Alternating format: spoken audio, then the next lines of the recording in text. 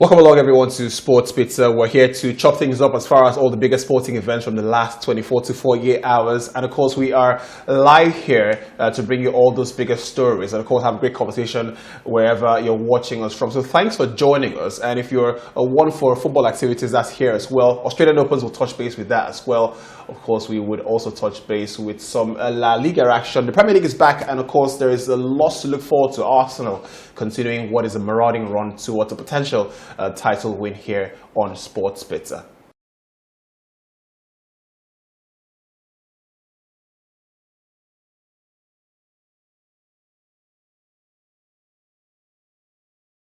Welcome back to Sports Pizza. We're here to chop things up as far as all the biggest sporting events go. Let's start off with some of the major stories, and we're going to touch base with NPFL Match Day 1.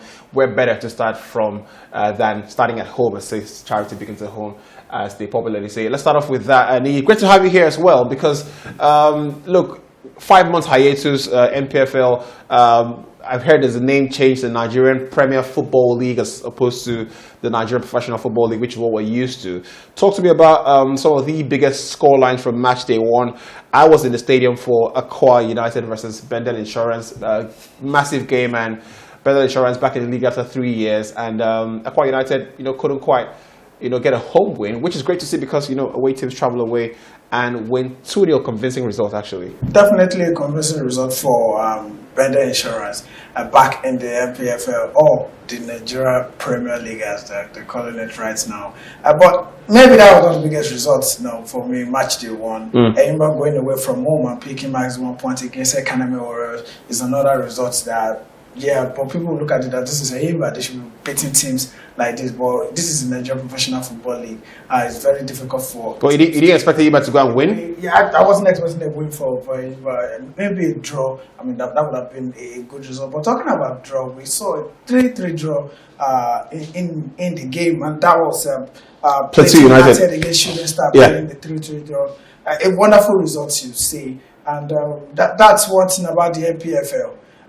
We don't see goals a lot, in the NPFL, but we're seeing goals now, and it's something we definitely like. And is that the beauty? Sorry to cut you in. Is that the beauty of the bridge league, so to speak? A lot of people, of course, have differing opinions on the two-group system, groups A and B. But does that tell you that the teams realize what is at stake? You don't have the luxury of the 38-game format, so you've got to go out there and win as early as you can, rack up enough points, so you might see a bit more gung-ho approach from most of the teams. That's owing down to the high-scoring matches we've seen. Yeah, maybe that can also be what is playing at the back of the mind of teams going away from home. But if you're playing at home, also this is an abridged league. You need to get the maximum point for yourself. But I think it's early days. We saw this also with the league last season. Teams going away from home at the early stage of the season, picking away points, drawing and winning games and scoring goals. But when it got to the mid stage of the season, everything started becoming normal back in the NPFL, and it became difficult for away teams to pick results. So, but maybe that won't play into the minds of the home team this time around, because it's an abridged league, just like you said. Talk to me about Remo Stars and how events panned out there. Well, Remo Stars, they've been giving us content on social media, and I'm loving everything that they have been giving us. They were the only home team to win without conceding a goal. Just 2 home teams won, by the way, but they didn't concede a goal, which is a very, very wonderful result. And we saw what they did last season. Would they be able to continue the same thing? Match Day 1, we've seen that they are ready. Would they be able to continue? That is left to be seen. But one thing's for sure, Remo Stars are heavily backed by some good ownership and good administration. Hopefully we can see more of that impressive results on Match Day 1. We'll also touch base with all the other match days as the show progresses across the several weeks, which Sports Pizza comes to your living room. So be a part of that. Let's switch base now from NPFL football to some Premier League football. European stuff, always great to have that back on the show here. Let's talk about the Premier League. Let's start off with that, because where else do we start off with? Arsenal 2-0 victors over Tottenham Hotspur. I mean, this derby is first time, since the 2013-14 season where Arsenal have done a double over, their North London rivals in Spurs. What makes this game so important for Arsenal? Because, look, if you're chasing a title, as Arsenal are currently chasing, then you'd expect that your ambitions would be, priority elsewhere. But this always feels like a really feisty game. At the end, a couple of players getting into shots with each other. Always a very passionate game, no? Definitely. We saw what happened last season. Towards the end of the season, Tottenham was denying Arsenal that fourth position, beating them. And I think the boys they've grown, and you're going to agree with me that they have definitely grown. And Saka, Martinelli, Odegaard, this was the same ground that it felt like, hey, would they be able to achieve that Champions League spot? Yeah. But they've grown, just like I said earlier, and going away from home, beating Tottenham as well, definitely laid down a marker. Right. A lot of people tell you that, regardless of a 2-0 win, you would expect Arsenal to beat Tottenham, right? So what's the big deal there? But a conversation I want to ask you about, I want to speak to you about, I haven't had a chance to, is a certain Martin Odegaard, who, according to Arsenal fans, is the best player in the team now. Not even, Bukayo Saka, who has been an incredible player so far. Is that a sentiment you agree with? He's the best football player in that team. Well, the start are pointing towards the direction that Martin Odegaard is a captain, but maybe not the most vocal player on the pitch. Right. He does every other thing right, within the team. And Arteta definitely trusted him by handing the captain armband to him. And he has shown that he's a leader. He can lead, and when he leads, other people follow. And he has been scoring goals. He's the outright high goal scorer for Arsenal this season in all competition. So how many goals has he got now? 8 goals. 8 goals. And it's kind of strange that you don't have a player that has scored 10, 11 goals in the Premier League, and you are top of the league. That shows that everyone is chipping in. Right. They're sharing the burden in the team. It's nice that you bring that up. Let's pick up the pace pretty much and go on to Manchester City, who were a team Arteta lent his trade pretty much under. And speaking of goal scoring, and someone's shouldering the goal scoring burden is Erling Haaland, who has been quiet for 2 weeks, which is a rarity given the very high standards he set for himself. So talk to me about that lack of goals or perceived lack of goals in the team now, given that they brought in a world-class striker now, but other players seem to not be giving the goal-mouth action that City are so famously used to. 2-1 is the final scoreline against Manchester United, and a further setback in the title race. Yeah, that's what happens when you bring a new player into the system. It disrupts the system. It doesn't take anything away from the fact that we're talking about Erling Haaland, high-profile player here, and you've seen that they've relied heavily on him for the goals. None of the other players can score. We know City, we know Real Madrid can score, Kevin De Bruyne can score, Gundogan can score, but we've not seen that with them this season. They prefer to pass the ball to Erling Haaland, and it's like teams are now finding them out and let's shut the passage to Erling Haaland. And if we can do that, then we can stop City from scoring. They did it. Southampton did it in the Carabao Cup. And Chelsea almost in the Premier League, but they lost that game 1-0 to nothing. And United did that perfectly. They did that perfectly over the weekend, shorting the passage of passes to Erling Haaland. And maybe other teams in the Premier League will now look at City like, well, we can beat them since other players are not scoring, which is in contrast to what is happening with Arsenal. Right. They don't have a focal point that this is a player that is scoring the goals for us. Everyone can score. So, and City are suffering for it. Who would have thought that Erling Haaland in the team should have been the end to the puzzle. Right. It's the one completing the puzzle. But now it's looking like a problem for City. What a good job Erik ten Hag and Manchester United are beginning to show for good value for money. The transfers he has made, last year. Talk to me about Casemiro and the role he's played in that team. And Erik ten Hag described him as the cement between the blocks, right? Look, what a tactical performance in the first half. Second half a bit wobbly, but then, as you would know, and as football people would know, you need a bit of, sometimes a bit of luck to overcome those games. But rates the job he has done at Manchester United quickly before we take a break. Well, it must sound blasphemy, like it's blasphemy right now. But ever since Roy Keane left Manchester United, more like heresy. Okay, let's see. Ever since Roy Keane left Manchester United, I don't think they've had a DM, like Roy Keane and Casemiro. Carrick fans will tell you, Carrick fans will not love that. No, Carrick more like Busquets, in the team. But ever since Carrick left and Fletcher also, they've not had someone able to win the ball back for them, someone to break down opposition attack, someone to just do the dirty job, right. Put his body on the line. And we saw what he did on Saturday in the game against Manchester City, putting his body on the line, stopping attacks, and even starting attacks, with some of those deep line passes that breaks the press of the opposing team. And he is very, very, very, very good. I mean, when Ten Hag came in, signed Anthony, signed Lisandro Martinez, and we said he needed a DM in that team. And having suffered the first 2 defeats against Brighton and Brentford, he went to the market and got Casemiro. Kudos to Real Madrid for selling Casemiro to Manchester United. I saw a meme on social media. United fan asking Real Madrid, "Do you have any unwanted players for us?" Then, well, what a great week in the Premier League, and we're certainly looking forward to more impressive weekends. We'll talk about Chelsea when we come back from this quick breather. Stay with us here on Sports Pizza.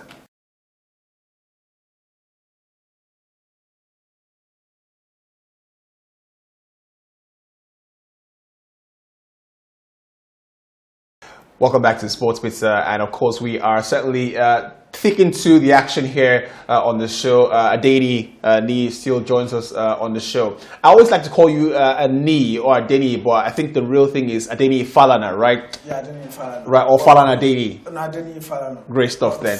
To make the job easier for you, just Adeni. Right then. Well, welcome back to the show. My name is Yubi, and so doing of it. And there's no misplacing names like Chelsea, especially when you spend little under £500 million between September and January. Todd Boehly clearly leading a financial revolution in the Premier League. So talk to me about Chelsea. Let's speak about them quickly before we pick up the pace and go somewhere else. 1 win in 9 games, but it's good to finally see a win against Crystal Palace. Kai Havertz, a much maligned player, savior for Chelsea. Well, a good result for them. Graham Potter needed that result, and the players also knew that they needed to win that game for the manager because the pressure was building on him.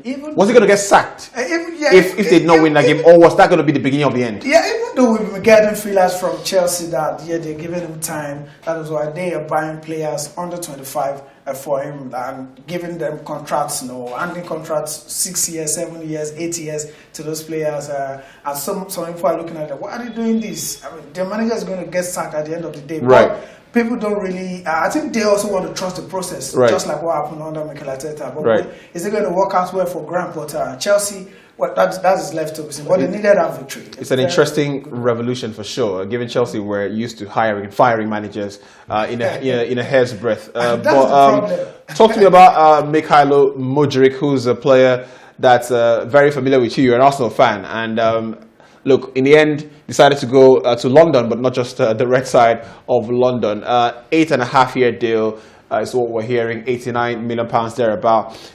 It's a massive splash for a player that's largely still unproven. But would it be a success there quickly? Well, I wish him a good career at Chelsea. Right. Or you wish him bad so that he can come to. He could be like, I told you should come to Arsenal then. Maybe at the end of the day, for banter's sake, Arsenal fans probably wish that happened to him. But I mean, if you're a good person, you definitely want him to succeed, wherever he finds himself. Yeah, even though most Arsenal fans are pained right now that the guy did not end up at Arsenal. Arsenal needed a striker up front. Just in case if there's an injury, you can't rule that out of football with the way Martinelli. What about Kessie? I thought he was doing well. Yeah, but on the wings, Saka and Martinelli have been playing virtually all the games, for Arsenal, for the past, 18 months thereabout. So, but Mudryk going to Chelsea, a good run for him, good run for his family. He's a young lad, and he said he saw the project. They saw the project in him, and he loved what it told him, and so he had to sign. Well, don't you just but love? I know it's because the money. Well, don't you just love football players? And speaking about projects, especially when they've changed their mind on a football club they were supposedly going to not join. But, well, that's happened with that. So Arsenal, of course, still pretty much 8 points clear of Manchester City. And, of course, they continue to march towards their title. Let's pick up the pace now and cross over from England to La Liga, Spain to be precise. And, look, the game wasn't in Spain, but it was two La Liga teams flown out to Spain to the oil-rich nation of Saudi Arabia, and Real Madrid getting a thumping there, 3-1 in the Super Cup. So, talk to me about that result. First trophy for Xavi as Barca manager. He won so much as a player. It's been a bit of a rocky start to life this season at Barcelona, but Real Madrid then need to wake up. But I mean, Xavi would be happy with the win, no? Definitely. Having a goal scorer matching like Robert Lewandowski up front for them, it has really paid well. And just like you said, the first trophy for Xavi, beating Real Madrid, the eternal rivals, in that particular one. Maybe, just maybe, that's what they need. That is what they need to go on, march onto the La Liga title. And Real Madrid are looking like a team. That's what who needs, Barcelona or Real Madrid? I think Barcelona needed that, right. Needed that victory. And maybe Real Madrid are looking like a team that a bit disjointed right now. And just maybe the Champions League is at the back of their mind again to win it back to back. Yeah. Let's see if that can happen. But a good result, an impressive one for Xavi and his board. Pedri and Gavi showing that they might be the future, but I mean they are the present. Right now, I'm making things work for the team. Well, of course, Barcelona continue to put pressure on Real Madrid, and they still top the La Liga table, 41 points. Real Madrid currently 2 points off the pace. Actually, 3 points, I beg your pardon, off the pace with 38 points. So it'll be an interesting La Liga title race, just like it was last season as well. Right then, any special mentions for Atletico Madrid, who cannot quite seem to get it going? 1-1 against Almeria. And there's a report in the Marca that this might be Diego Simeone's final season at the Metropolitano. Talk to me about that, because Real Sociedad are pretty much getting an interesting run. 4 wins on the bounce. You've also got the likes of Villarreal, who, courtesy of their draw, gave them a little bit of breathing space. But I've got to say that Atletico Madrid needs something to change quickly and fast now. Diego Simeone has come full cycle, and just maybe he needs to leave the club. And maybe the club needs a new direction, a new playing style. Maybe they need new players also. Yeah. And so I think it is what it is. Diego Simeone should just leave the team. I don't think there's anything they can give the club again and give the players again. And they pretty much seen everything with Diego Simeone. So just maybe it's a wedding that needs to. I mean, everyone needs to go. Yeah. Tell me about it. Over a decade at the Metropolitano, it's seen titles, La Liga, 2 La Liga titles. So it's been a great run, no doubts. But it would not be complete European football, the segment here on Sports Pizza, without speaking about a global superstar in the making in Napoli's Victor Osimhen, who had a brace in a 5-1 thumping of Juventus. So talk to me about that, because it was an impressive result. But I don't know about you, but there's something that gives me goosebumps every time I watch him. It's the stadium announcer every time he goes, Victor, and the crowd goes, Osimhen. Look, he's building a real brand out there in Italy, right? And despite the injuries, he's still top of the table as far as goal scoring goes. Napoli are also top of the table, 12 goals he scored there. What an impressive player he's becoming. And I see reports already, United and co, getting linked to him. Well, Manchester United fans in Nigeria are the one making all the noises, around Victor Osimhen. Of course, they were happy with the Burnley striker that was on loan at Besiktas that they just signed, and they said, that's a stopgap, measure for Victor Osimhen. That's just keeping the striking position for Victor Osimhen. And I won't be surprised. If United go summer and look for a player like Victor Osimhen. Every club now, I think every club's direction is sign a young player that is making things happen right now, and so you can 5-6 years. He can give you 5-6 years even before the peak. Osimhen has not peaked yet, and he's firing on all cylinders for Napoli, and maybe not for Nigeria. But it shows that he's a very, very good player. If you can give him enough ball, you're going to see goals. He's the highest goal scorer in the Italian Serie A, and if Napoli want to have a chance of winning the league. Not like want to have a chance. They have a chance of winning the Serie A. If they want to keep the chance, Victor Osimhen needs to stay fit. and also that young man from Georgia. The name beats me right now. Right. They need to keep both players fit. Not that other players around the team are not doing their bit, but those two players are doing their job. And ever since Fabian Ruiz left, we thought they were going to struggle. But Stanislav Lobotka has taken up the mantle in the middle of the pack for them. Napoli, I enjoy to watch, by the way. 47 points, top of Italian Serie A, the Scudetto as they popularly call it. And of course, you've got AC Milan, who had a draw in their last game. And 38 points there. So a bit of an interesting race to the title. Of course, Roma, also won 2-0. And big results for Atalanta, 8-2 against Salernitana. Didn't see that one coming, right? Let's get away from that then. Let's get on to the Australian Opens as we end the show with that story. Because I was just getting on my way here, realizing that Nick Kyrgios will not be part of it, and he's Australian. He brings lots of content, like you call it, drama, and he's not part of it. But who's the star player to look forward to? Who's the star athlete to look forward to there? Well, of course, the usual suspect, Novak Djokovic. Last year he was deported, and this year he's back and is ready to wrestle. So a bit of a revenge mission. Yeah, ready to wrestle the title back from Rafael Nadal, who is on 22 Grand Slam, by the way. Djokovic on 21. So maybe that idea that I can equal Rafael Nadal will probably play at the back of his mind. Just like I've been saying, if they can find a way to make sure that both players don't face up before the final, we should be looking at the final between Djokovic and Rafael Nadal. While in the female category, the Tunisian Ons Jabeur is someone that really can she finally do it? Ons Jabeur, can she finally do it? We've seen her come so close. We've seen her come Commonwealth Games. I mean, she's come very close, and we all thought you had to do it there. But number 2 on the ranking, WTA ranking, it's not something that we should just overlook.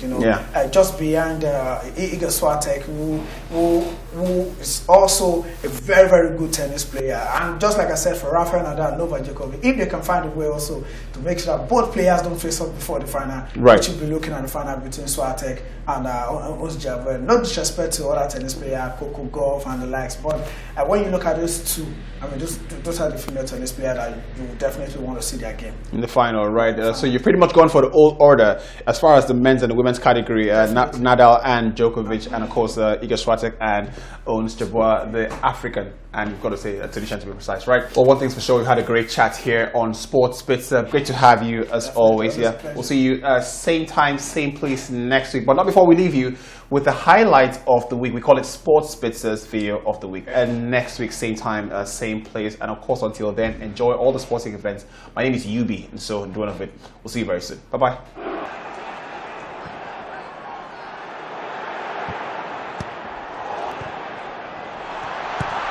Another good save from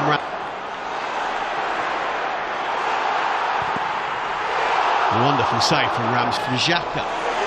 Richarlison once more, and another save from Ramsdale.